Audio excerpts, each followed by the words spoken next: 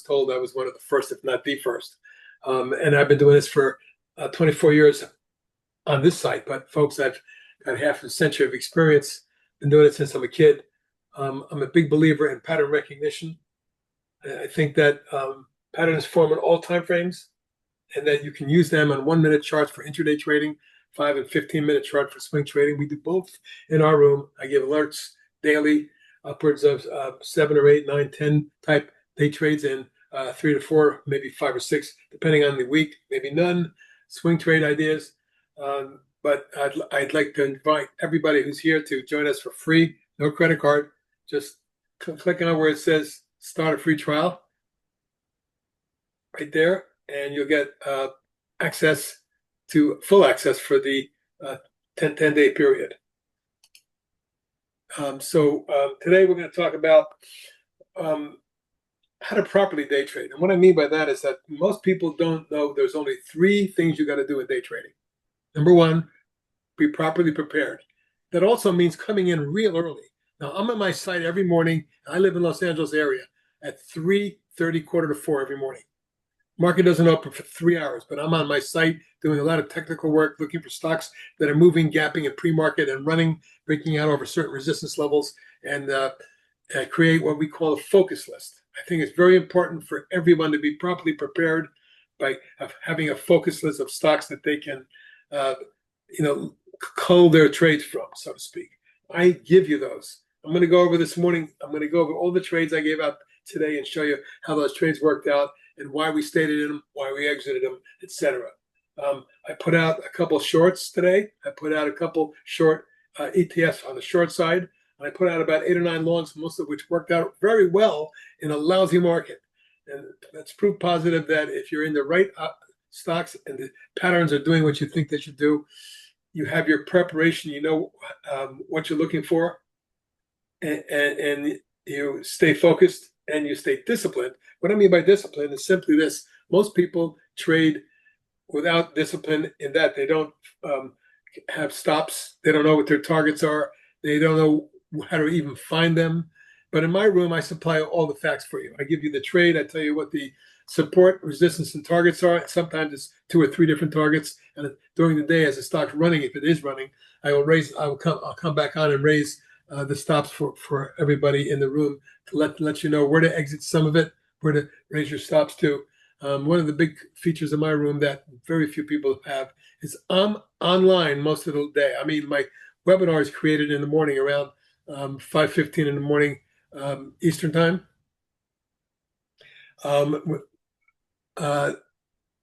time, 8:15 Eastern, because I'm on the Pacific Coast.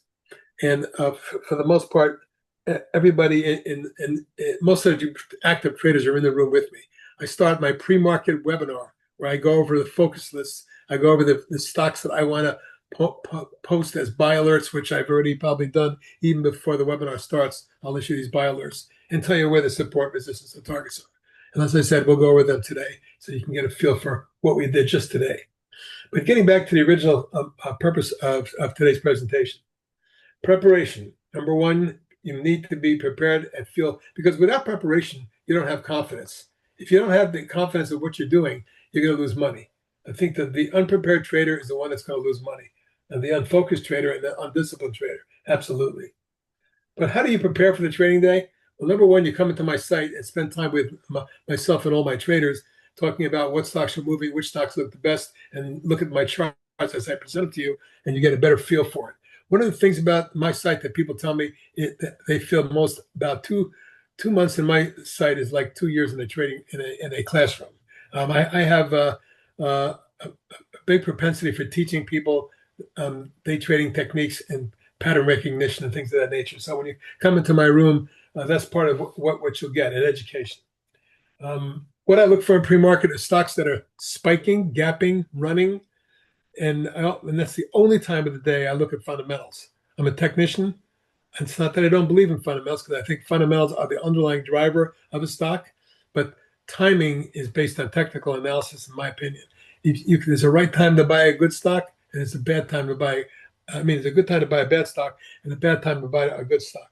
You just have to be. I often have institutional traders and clients of mine calling me wanting to take positions in the stocks, and I keep them away from it because the timing looks terrible on the charts, and I give them where the entry opportunities might be.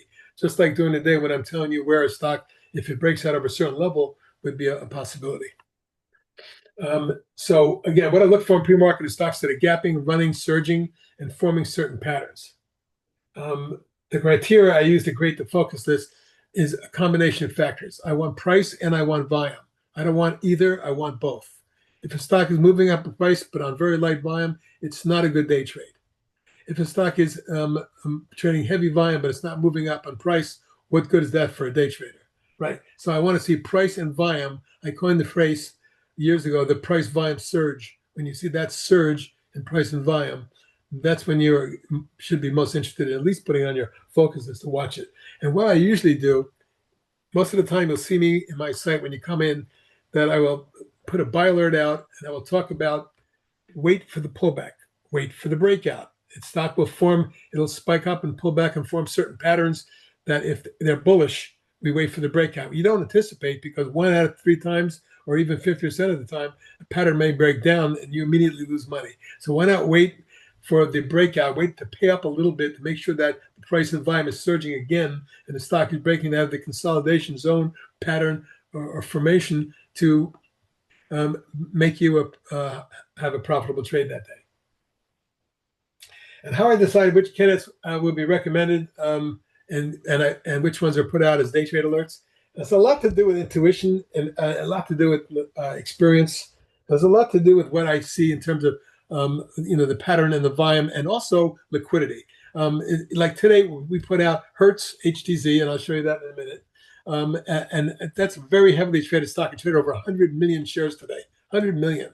You can easily trade a stock that spikes up and goes up 50 cents or $1 in a few seconds on light volume, and then comes down just as hard. And I'll show you some examples of how some of those occurred today as well. We had a couple losers because nothing's 100%.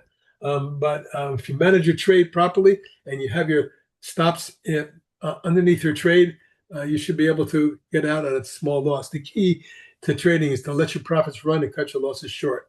Most people don't know where to buy or where to sell. They don't know how to sell. We'll talk about that a little bit later. It's called how to stay in the trade. I think the number one question I get from most of my traders is Harry, I sold it too soon. I bought your stock and it did well for a while. And I think the problem is people get too anxious. They don't have discipline. They let their emotions take care of them. You need discipline and focus to get out of your head, folks, because the human mind will create reasons why to buy something and why not to buy something. If you look at the charts and look at the technicals and the patterns, and you come into my room for a while and learn that stuff, you're going to be a way better trader. I think the problem is it's too many people rely on fundamentals. When I hear fundamental talk about something, it almost makes me laugh. Not because it's not good in terms of a long-term investment, but when you're a day trader or swing trader, you're not concerned about fundamentals. Yeah, the fundamentals about why that stock burst out, or why it had that price volume surge or thrust, and what triggered that move. Yeah, that's important. Of course it is. And the bigger the move, the bigger the reason, the bigger the move, like a biotech FDA approval or a major contract or something of that nature. But again, if something is in biotech, I learned a long time ago that if something is a phase 3 FDA approval, that's way more important than excellent top line results for phase 1. Usually those will pop and drop because it's far down the road before that'll make the company a lot of money and or get an FDA approval. Okay. The number one thing is once you've come up with a list, you want to know how to manage your day trade, how to best follow the trade using intraday 1-minute chart patterns and intraday trends. This is what we use at TheTechTrader.com.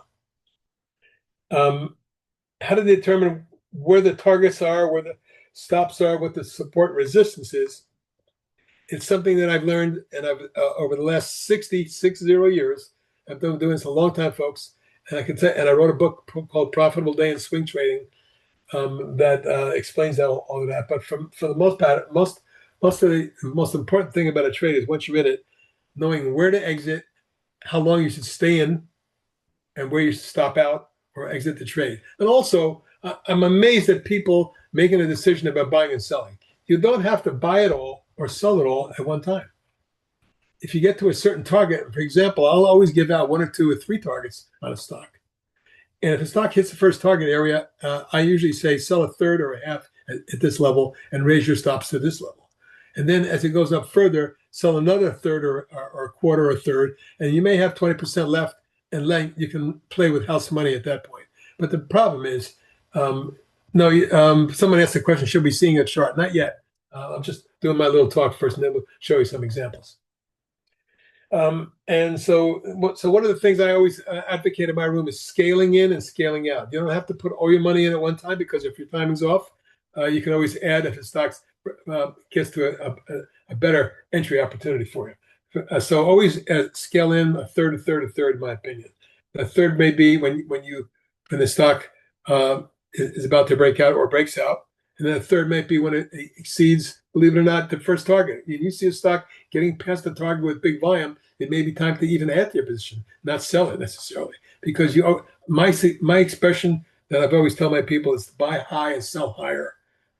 Never buy stocks that are in declining channels or declining patterns, because you're just adding to your misery. So let's show you some examples about. One second. Okay, I need to share my room, my screen here. Hang on a second, folks.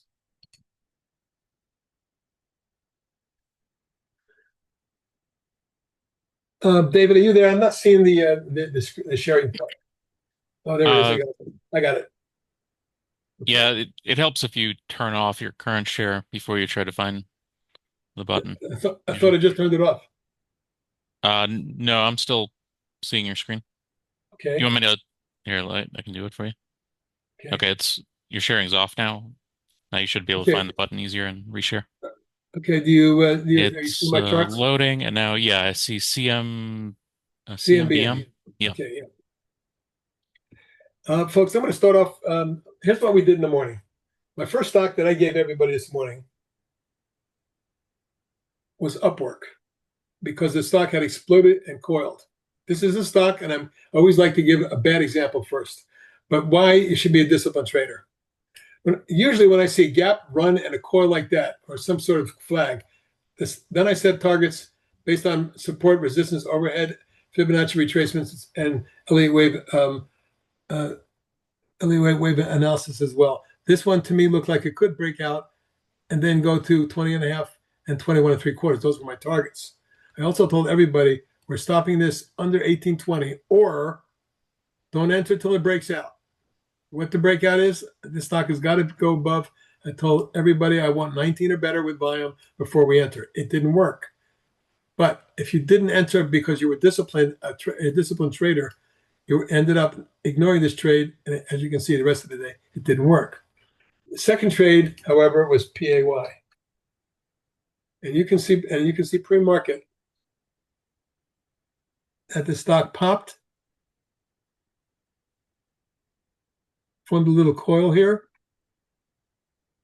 and that's where it broke out. And that's where I put the day trade out. So I traded about 32.5. And within, let's see, it was in about an hour and a half from 32.5, it hit 35.88. So about 3.5 points, about a 10% trade.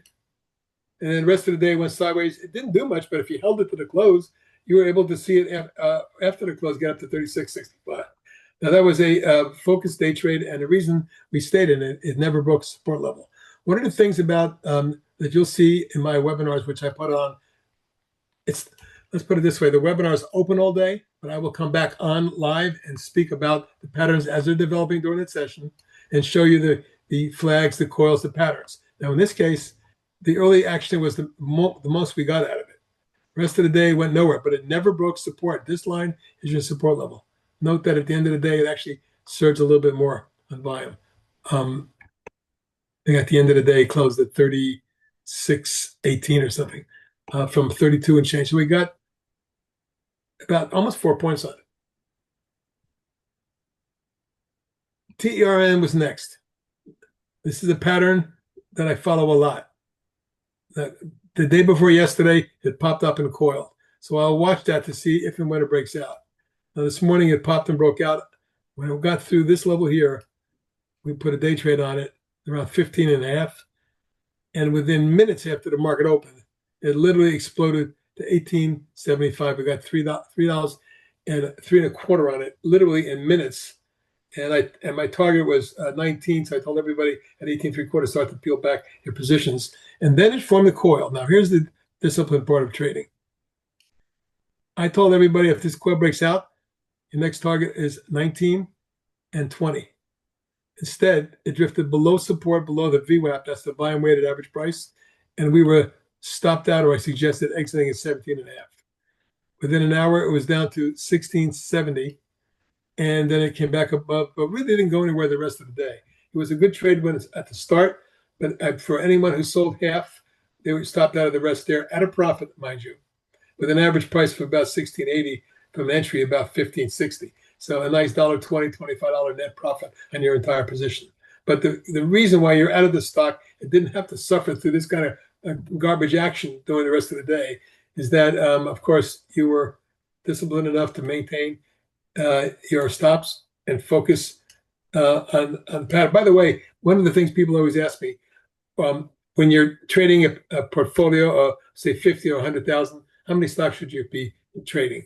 I always say look, unless you're a very accomplished trader and you have lots of experience, never trade more than 2 or 3 positions in one day, because it's unnecessary. You can make really good money if you have larger positions and take less trades.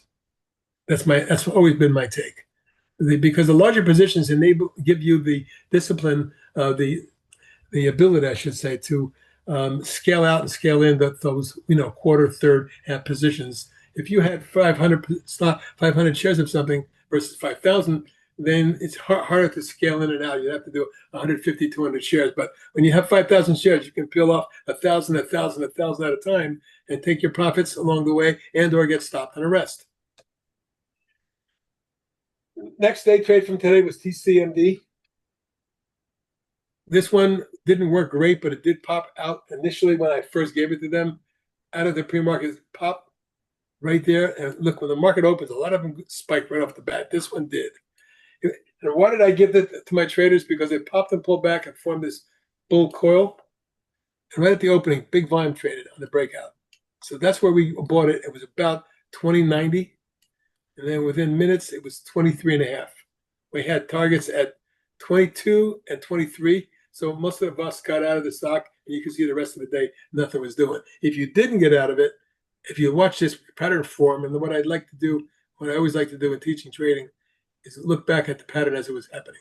So here's what it looked like in the morning. Breakout, run up.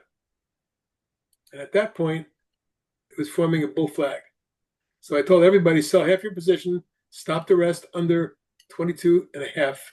And you can see here is where it got stopped out right away. But also, this is what went on the rest of the session. Nothing. Drifting lower. And then finally, at the end of the day, a bit of a rally back, but not much. So that's how you take advantage of your trades, not to waste time sitting in a stock, hoping that it comes back. Now, here's the winner of the day for me, HTZ. Now, I want to show you early on, and this was all pre-market, 8 a.m. Now, when we first saw it pop, I said, look for your first consolidation or pullback. We didn't get much, but we did get this. A wedge, and a perfect little bull wedge. I told everybody, it doesn't look like it's going to pull back too much. Right now, it's forming a perfect bull wedge. The volume is dissipating or receding. Always a good sign. You don't want a stock to pull back on heavy volume. You want the volume to dissipate as the stock pulls back. I also said at the time, let's put a stop under 560. I know it was kind of tight, but I said that's what you want to do here. Secondary support was down here about 535 for those of you who wanted to stop half under each. So this is what happened the rest of the session. Within minutes, stock exploded. First to about 640, pulled back and formed a coil, broke down to the moving average. Now I said it needs to hold ideally the 50-period moving average. That's what that was. On a 1-minute chart. There was your support. Price and moving average support. So I told anybody who didn't buy it, this is an opportunity to buy it with a tight stop. If it doesn't work, you take a small loss. You may want to wait for a volume to come into it before you make the move. So this is what happened to it. Started to move up, but right to the moving averages. Then it pulled back and retested, made a lower low. It basically did this. It formed a 1, 2, 3, 4, and a truncated or shortened fifth wave down. Basic LE wave terminology.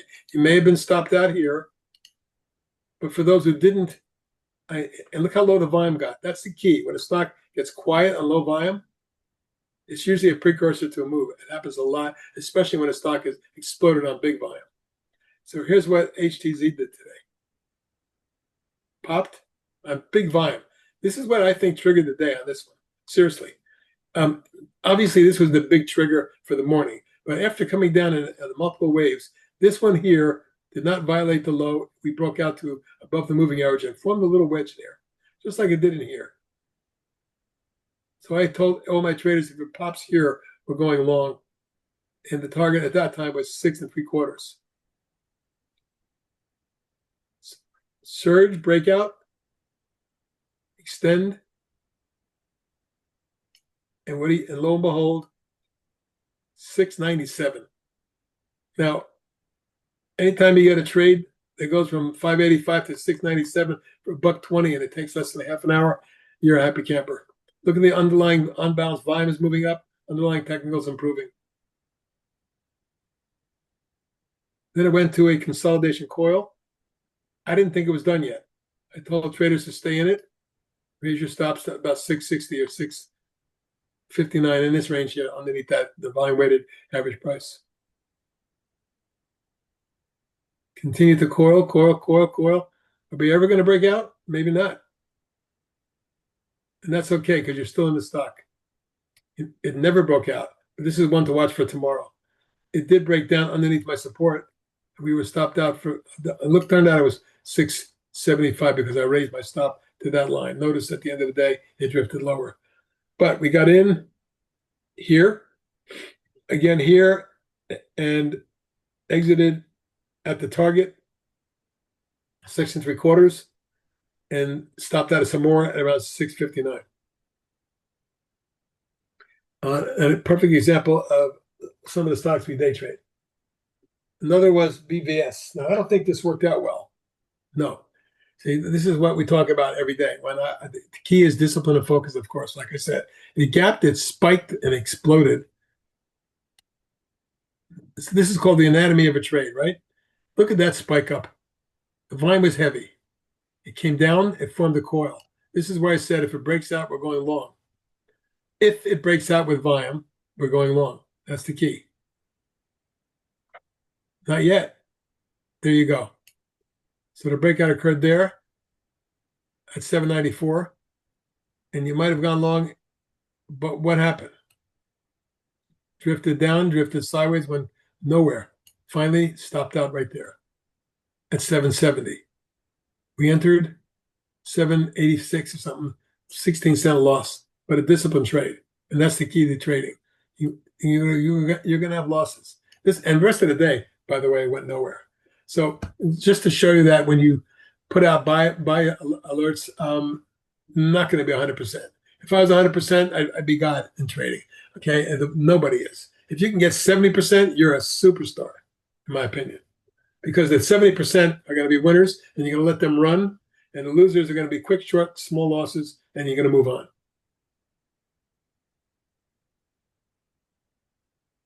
Later in the day, I put out in the middle of the day, I sometimes put out trades too if I see something popping. We'll take a look at CSTL. It exploded. Oh, this one was put out. It popped and pulled back, and then when it broke out there, we put a trade on it at 29.45, and within minutes, it was 31.71, and then coiled. It never got above that except for late in the day here. Got up to 32, I think, 31.91. So a lot of times the stock will do this. They'll pop, coil, and then this coil looked like it was going to explode. And look at the volume that traded right there on the breakout. 1.4, well, I'm not sure what that was exactly, but it traded volume, it broke out, got up to resistance, never could break out. The trade was made there, and if you got in on this breakout, you could have made a scalp from about 30.5 to about 31.85, but it wasn't a huge trade, but it was a profitable one.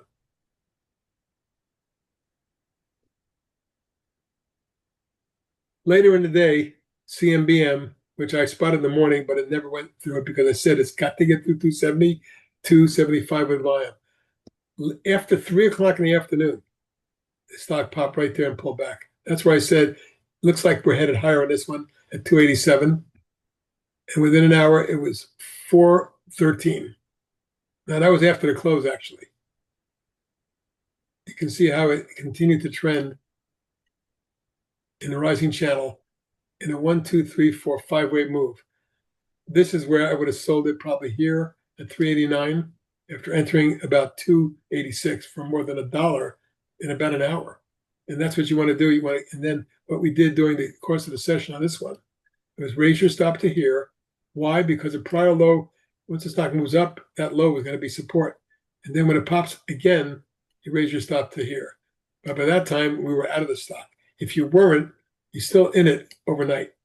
Now, people always ask me, and because I'm a day trader, what do you recommend anything overnight? I always say if I'm day trading it, trade it out at the end of the day. If you want to, if it's strong enough move like this one, look at the volume on this one here in this 3, 4 o'clock time frame. A lot of heavy volume on the upside. So maybe it's the thrust or breakout that's beginning an intermediate trend. But in this case, it popped sharply and pulled back, and now is moving again. I'm not sure what to make of this one here, other than it's a breakaway gap at big volume, then a pullback retest, made a higher low, and today it popped sharply. One to watch for tomorrow. Why? Because it finished near the upper end of the range in a strong flag type pattern. So this may be on my watch list for tomorrow. Now, to be fair, we want to show you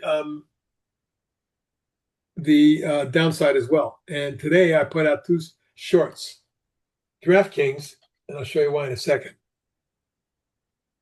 If you look at this daily chart at DraftKings, and over the weekend, by the way, each day I put out a charts of the day video. It's about a 5-6 minute video highlighting some of the hot stocks of the day. On the weekend, I spent an hour and a half to 2 hours preparing a video, and then 45 minutes to an hour recording it, of a very comprehensive weekend webinar that shows you where the market is, where it was, where we may be going. And I go over the Mag 7s. I go over 100 individual stocks that I think are bullish in the bullish uptrends. I go over about 25 to 30 shorts, which I call box of shorts. And, you get a very thorough, comprehensive weekend webinar for the amount of service you get in my website. Okay, so DraftKings had a massive 2-year left shoulder, head, right shoulder. You guys can see this hidden shoulder top. This point, and this point right here, this was the neckline. Over the weekend, I told them, actually 2 weeks ago, when it broke down and formed the bear wedge, I said it hasn't broken the trend line yet, or the neckline, but if this thing ever does break it, it could be ugly. So when I came in this morning and saw the stock drop and formed the bear flag, let's go back and I'll show it to you. Again, the best way to learn is by watching the trade as it develops. So I came in looking at a bear flag underneath support, which was right there. So technically a breakdown. And I'm told everybody in the room that if the stock is in the high 20s, ideally, and a little bit of a bounce, maybe we short it. And you could stop over, say, 30. I think that was the number. So as the day wore on, the stock, as market opened, it dropped and popped. It went right to its support level, resistance level, I should say, and then started to fade. But what did it do after that? Because it might have been a really good entry opportunity on the short side. Notice the volume wasn't that heavy. That one big down bar was a big seller there. Take a look at the breakdown from the wedge. So at this point, it's starting to form a down channel. So I drew my lines in. I gave targets, I think at 20, from when we got in at 29 3/4, 28.80 and 28. Didn't quite get there, but here's what it did do. The rest of the day remained in the down channel.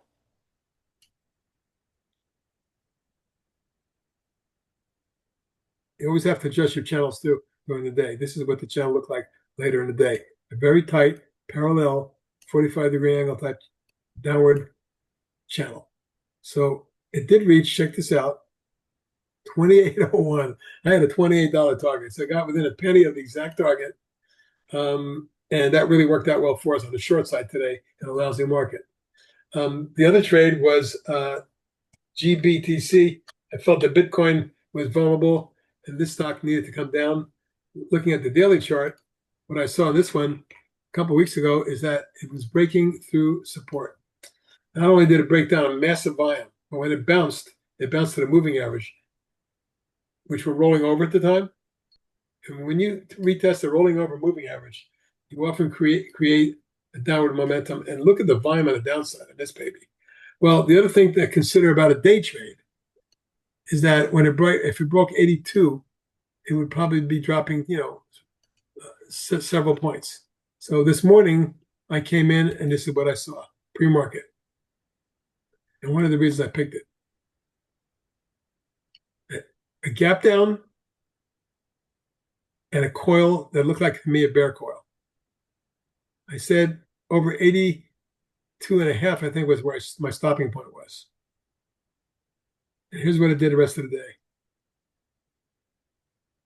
Market open, it took a drop on big volume. There was some short covering. It did not get above resistance. Notice it got right to it, right there. And what did it do? Tried to break out twice.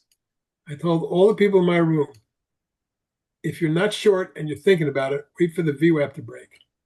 That was 81.36. My targets were, I think it was 80 and 78 or something like that. Here's the rest of the day. Down, down, down, and further down. Before at the end of the day, it tried to bounce, only make a lower low by 3 p.m. Ready to hit 77.94, right at my 78 target. I believe that the patterns, that we were looking at, bear flags, coils, consolidation patterns. When the trend is down, you look for the same patterns to continue on the downside. When the trend is up, you're looking for the same patterns for an upside continuation. So these were two successful day trades for us. And I'm going to show you a couple exchange traded ETFs that were double bear ETFs for some of the momentum stocks that were getting whacked, including IONQ. This is the parent company. You can see that looks like a head and shoulder type pattern, maybe rolling over right on the major trend line. Boy, if it breaks this one, you could get creamed. But what I saw on the daily chart was a bear wedge. And when that wedge broke this morning, I said, let's look at the IONZ, which is the double short exchange traded fund. Now, this was a tricky one because it popped and dropped and popped and dropped. It basically held the lows and held the highs, formed a big wedge. What I got excited about it was when I saw the wedge breakout right here. So I decided to put a buy alert out when the stock went across 420. And it was a nice little scalper trade that made its way higher. And by the end of the day, right after hours, it exploded to 486 before pulling back. Now, if you sold it at the end of the day, you still did okay. It's like a 30, 35 cent scalp trade. But that's one of the disciplined trades we made during the day, and we kept raising our stops here, here, here, and there. And only after hours did it break that stopping point right there. And even then, only slightly. So this thing works both ways, up and down, short and long. They used to call me box of shorts because I was really good on the short side. And I have a bunch of shorts I want to show you here, folks. This is my box of shorts list. It's not a long list. But here's the stocks that I've been focusing on. Take a look at Kava, which has a left shoulder, head, right shoulder. And when it broke down and formed the bear wedge, I gave a swing short on Kava to my traders at 99. 6 months later, it's 47. And at the bottom of the channel, I told my people recently to cover half their positions down here. DraftKings is one we showed you just a moment ago. That was on my list for a few weeks. Carvana was one of my best trades of the year on the long side because when it got creamed here, and broke back out again. We were long in the high teens, sold it in the high 30s, and went back long in the 50s, and watch it go to 400 and change. But this recent action, a breakdown, a snapback that failed at the moving averages and then lower lows, indicate to me that this stock could be very, very vulnerable. Yesterday, it snapped back like 30 points. So everybody was, covering the shorts and getting panicky, but not me. I just said, look, it's in a bear trend, period. And if I don't miss my guess, if this thing takes out 291, it could be a $200 stock. It could really get hammered, just like it did last time here when they took it down from 300 and change down to, believe it or not, under $3. 99% drop. One to keep an eye on. GBTC was one that was on my list, and that's why I picked it out today as a day trade short. IDT, look at this long uptrend. 1, 2, 3, 4, 5 waves. Basic Elliott wave stuff. Sell the fifth wave. Came down, tried to retest, made a lower high right there. It broke the support. The snapback here, to me, is a short opportunity. Note the technicals, not going anywhere, barely bouncing at all with the stock. I think the reason why the stock bounced was that quadruple bottom support level. But Lord help this stock if it breaks there. It could be down in the, minimum target would be for me 38, 30, 39 from 49. Maple Bear, or CART, broke down from the wedge. I said short it. Another wedge, I said short it. If it breaks here, the next target is 31. Negative chart, negative technicals. Affirm, beautiful rising pattern, spike top reversal. Break the trend, form a bear wedge. That's where I put it out as a tech trader swing short at 79. It got to 68. It's still in a negative pattern, but I'll tell you what, if it breaks across here, you might see 58 pretty quickly. Garmin is getting creamed. Look at this. You had a beautiful rising channel, and you have a massive breakaway gap to the downside, followed by an inside day, and look where it's going now. I wouldn't be shocked to see this back to 175. Seacoast popped on earnings and came right back down again. I told my people to avoid it. GLOB, folks, this has been on my tech trader swing short list since it was 99 in June, and by September it was 54. And with this bear flag forming the way it is, my next target is 44, another 15 points down. Terrible chart. And believe it or not, Meta, formerly Facebook, is the worst of the Mag 7 stocks because it has not only broken its trend and formed a bear flag. I told everybody this rising flag, if it fails, could fail miserably. Boy, did it ever. How about 759 to 626 in a week? That's 130 points. It's at support, so it could bounce here, but I think eventually this gets to 550, 60. Now, I'm going to show you two of my favorite shorts.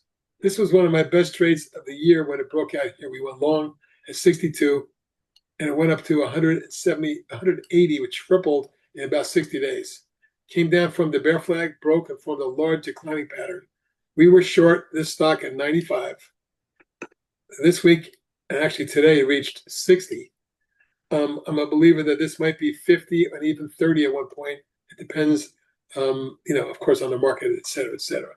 That one and Root are two of my favorite bear shorts at this point. Root had a 1, 2, 3, 4, and then a 1, 2, 3, 4, 5 wave type move, fifth of a fifth, a little bit of a topping pattern. There's your breakdown. On that bear flag here, near resistance at the declining tops line and moving average is where I told everybody short the stock. 103. Within 5 or 6 weeks, it was 74. This is a bear flag, folks. I'm headed for 60 with this one. Housing stocks. Don't ask me why, but one of the biggest builders in the country, D.R.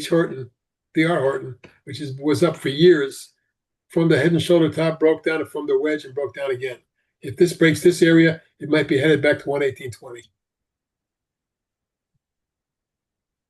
Copart, large, double topping pattern. There's a bear flag. I said short it at 49. It's dropped to 41.96 and looks like might be headed for a disaster. DGX, I just put on the list this week. I think it may be breaking. It's right near the trend line, near support, but this is a toppy looking reversal bar right there. I'm not going to be shocked to see this at 165 from 178 and maybe as low as 155. Brinker, one of the largest restaurant chains, broken support at the bottom of the channel. I don't short at channel bottoms. I wait for a bounce towards the channel top. One to watch for a potential entry out. The Cheesecake Factory broke down from the wedge. I said short it. We shorted it at 57. It's dropped to 46, 40 and change. It looks lower to me. Lazy Boy, Dollar Tree, FRPT. Look at this bear flag, bear wedge, long drop, falling flag, another bear flag. This is stock that dropped 165 to 45. And so there's a good look at some of my boxes of shorts for you folks. Now, what I want to do is, now that I've shown you what my work is and how I do it, I invite everybody into my room for a 10-day free trial. No credit card. Just come on in, go to the TradeOutLoud.com and start a free trial and join us for a couple of weeks and see what we're all about. It won't cost you a nickel, and you may learn something. Folks, today I'd like to end this with a 10 or 15 minute 10 or 15 minute analysis for you, meaning we're going to analyze your trade. If you have any stock that you want me to, any stock that you want to me to take a look at for you, I can give you my take in a couple seconds here, folks. So Sunny Harris, there she is. Hey, Sunny, nice to see you here. Sunny wants to know about Palantir. Well, you know what I've been doing lately, Sunny? I've been buying the ultra short ETF. But let's take a look at it.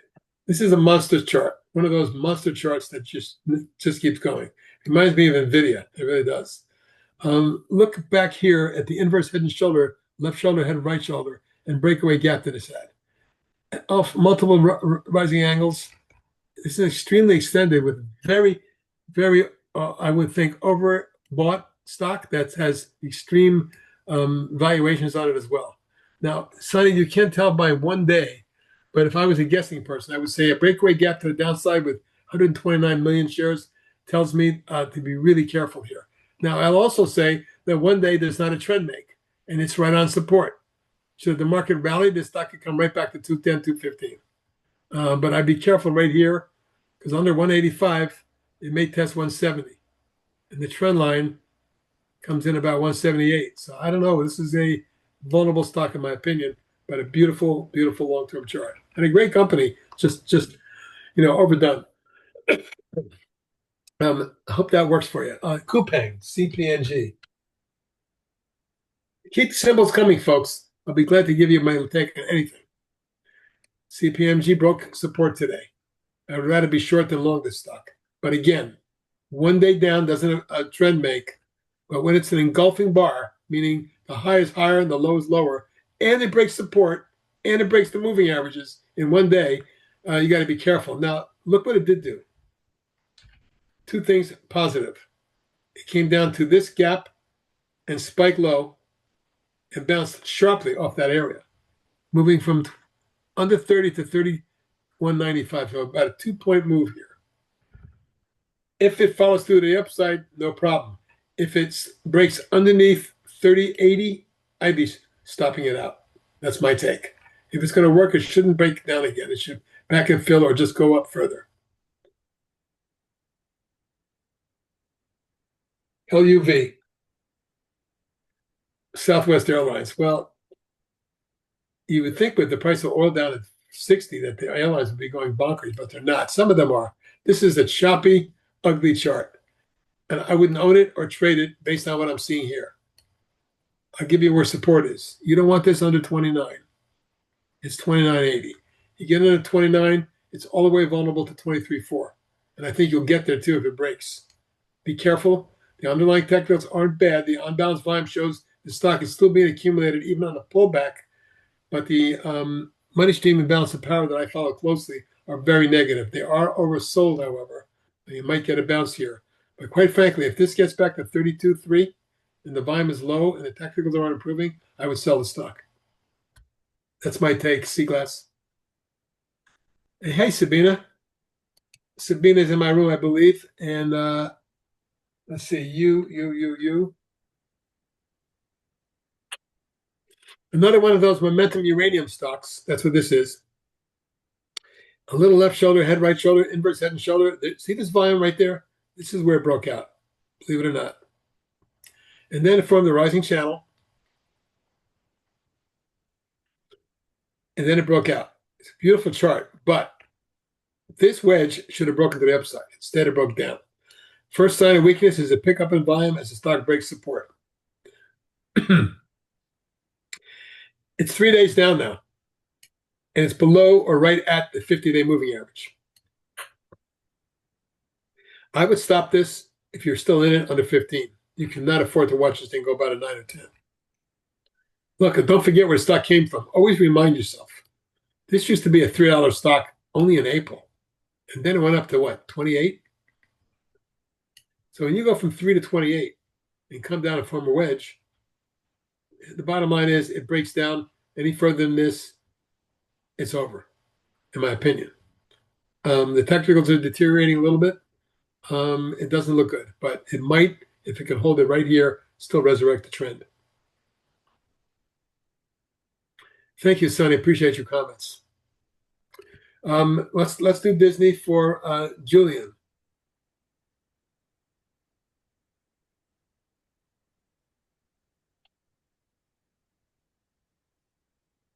Well, Disney looked great here, didn't it? When it broke out with the breakaway gap, it kept running. But take a look what happened here.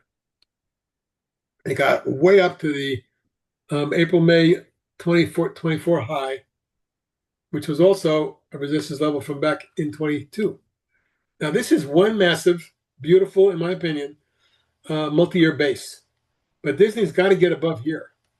For this to really be significant, it's got to take out 124 and a half, 3/4 with volume. But here's the good part about what I see on the pullback. It's an orderly, constructive-looking pullback falling wedge. What I don't want to see on this one is a move under this line. As a matter of fact, I'm going to draw another line here and tell you that that's your support zone just underneath. It could fill the gap at 106, another 5 points down, especially if the market gets weak. But anything under that, I'm going to stop at it, okay?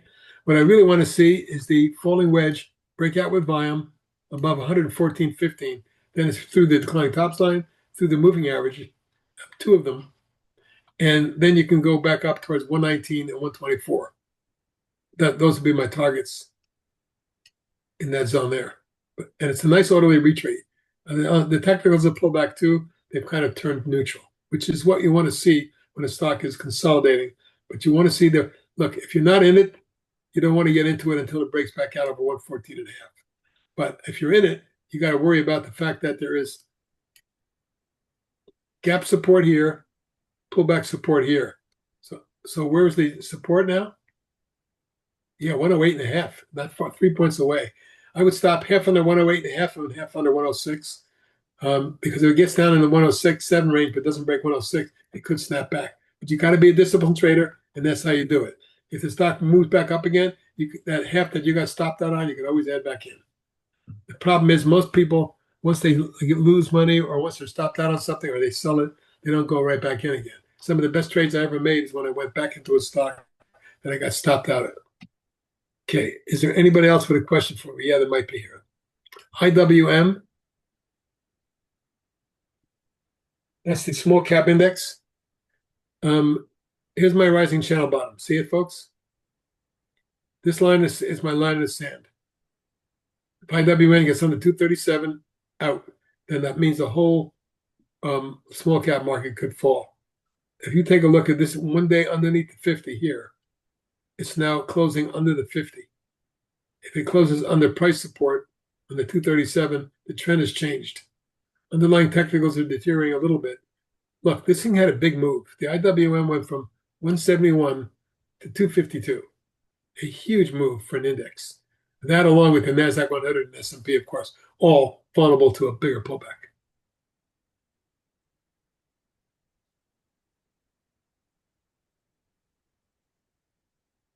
Does anybody else have a question for me before we go? We still have some time. Let's do it.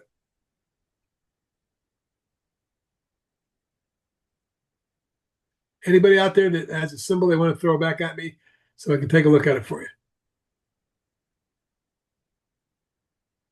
It looks like, okay, here we go. We got a couple. Google for Sunny. Google's the strongest stock, the strongest Mag 7 stock out there. This is even stronger than NVIDIA. But just like all of them, in April it was 142, and it more than doubled to 291. It hit the top of the channel. That would be my sell point. Also looking at the long-term channel top, getting close to that too. If there's one more leg up in the market and Google gets to 300, 305, 310, I would exit all my position. That's just my take. It needs to come down. It needs to consolidate. It needs to test support. Right now, your major support looks like 258.60 and then 248.50. But beneath that, you break the moving average and you've already broken the trend line. You're in a new downtrend. Coinbase. I like trading CONL, by the way. That's the ETF for Coinbase. This one could be in trouble. After the 1, 2, 3, 4, 5 wave Elliott wave move, it came down and bounced, tried to break out. This day is put an end to it right there. In my opinion, they go from 402 to 351, losing 50 points on 17 million shares is what ended this. It pulled back and did a 1, 2. It's in wave 3 now. But wave 3 needs to hold Coinbase at 293 roughly. You break that, you're headed down to 250, maybe quickly too. Careful with Coinbase. STRL, Sterling Infrastructure. I know this company very well. I actually picked this at 17 here when it broke out. It was back in 21. It's had a monster run. Literally, it went from 7 to today's high at 419. Yeah, that is a big reversal bar. It didn't break down yet. But when you're in a stock like that, that's had that kind of run and starting to show any kind of signs of weakness, this bar today would get me out of half my position right now. And if you look at the lows for the last 6, 7, 8 days, 368.9 is support. Under that, you could see 335.40. You might see as low as 305, 310. Too much, too far, too soon? Maybe. This stock was less than 100 in April, and here it is 400. So it's a quadruple in 7 months. Just like the market, many stocks like this are overbought, overextended. So anybody else have a question about anything? Or we can call it good for today. I think that's it, David. Folks, I just want to say one thing.